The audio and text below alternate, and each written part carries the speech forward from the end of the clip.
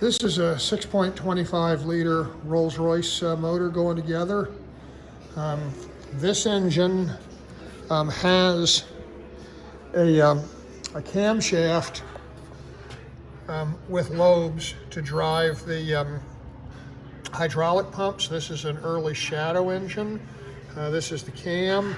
See, the cam is cleaned up. There is no grooving in it. You can see lines, but the cam has no spots of wear or damage, so we're actually going to be able to use that over.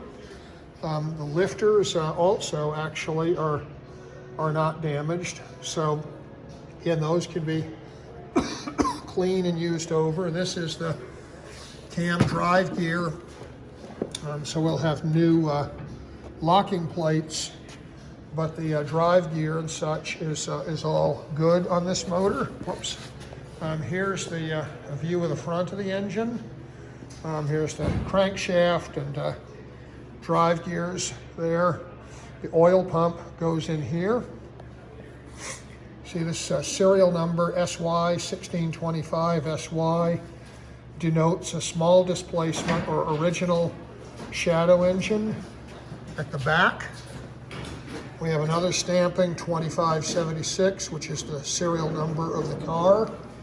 Later Shadow engines had a protrusion in the casting here, so the serial number of the car went up in the front, but not on these early ones. This engine, you can see the new, the darker colored liners, and we're running new pistons in this motor.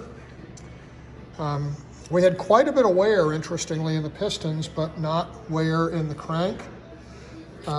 In this engine, we'll be running the conventional composite head gaskets. We have just about 9/1000ths of an inch of protrusion on the liners in this motor. That's the protrusion that we had when we pulled the engine apart. It's relatively common on engines of this vintage.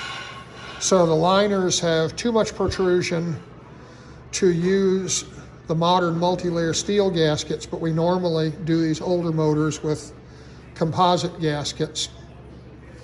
The only way to change that would be to mill the tops of the liners, which we generally do not do, or to cut into the deck and lower it further, and that also carries considerable risks. In rebuilding these older engines, you tend to choose the best compromise of dimensions. You know, we've already got some minor repairs in the deck surface here. You can see with corrosion, which is, you know, cleaned and smooth.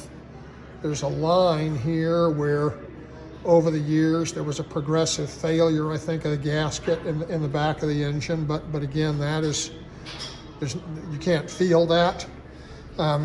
One concern we always have in these engines is we want to avoid having to pull these studs out, because if we pull the studs, a lot of times the threads come with them.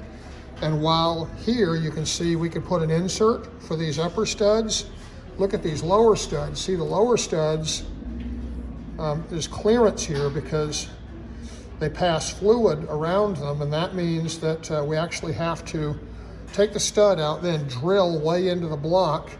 We have to drill through this and open it up to put an insert way deep down, and it becomes just, you know, a huge job and thousands of dollars of machining, and that's the concern. We always want to avoid having to do that, and that makes us more tolerant of liner protrusion that's more than we would otherwise like.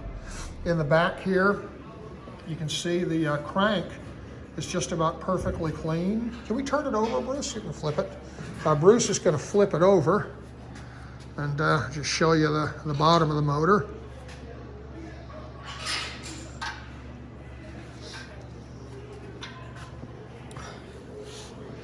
Here's the bottom of the engine. These are some of the original casting markings down here. One of the problems we often see in these engines is fractures in the webbing. And this engine does not have any of that kind of damage. This actually was a really surprisingly clean engine inside. One thing that you can't see, but which is very significant, is all of these rolling parts have been balanced. So the engine will actually run smoother than it ever did when new. And the rods have been rebuilt. The big ends have been taken apart. The caps cut slightly smaller, milled out the center to make sure they're round, and also they are milled so that the center line dimension from the big end to the small end is exactly the same on all the rods. That's something that we can do with modern CNC milling that they could not do as well 50 years ago in the crew assembly plant. You can see the new pistons viewed from the bottom there. And you can see there's your water taps and your water galleries. So this is an assembled short block, and it's ready for the next step, which will be to install the cam gears and build the cylinder heads on.